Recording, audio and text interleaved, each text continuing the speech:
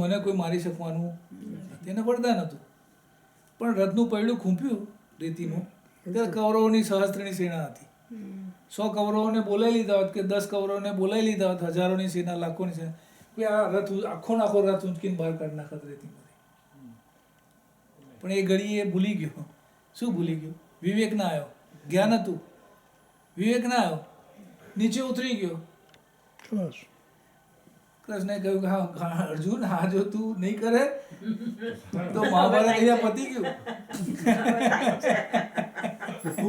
તું ગયો, મહાભારત અહીંયા પૂરું થઈ જશે. આ તારો મોકો છે, નીચે ઉતર્યો છે, રથનું પૈડું બહાર કાઢવામાં ધ્યાન છે એનું, પતાવી દે. અને કર્ણ મરાયો. જ્ઞાન તો હતું જ, એને ખબર હતી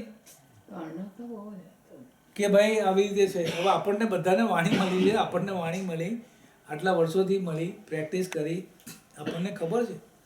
આ વસ્તુ હવે અજાણી નથી આપણે.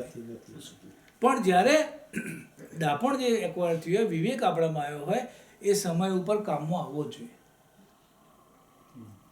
સમય ઉપર જો વિવેક આપણે કામમાં ના આવે તો આ જ્ઞાન કશાય લીધેલું કામનું. That's the conclusion. ચલો રાજી, બધાને સુખી રાખો અને તમને again happy birthday. Thank you.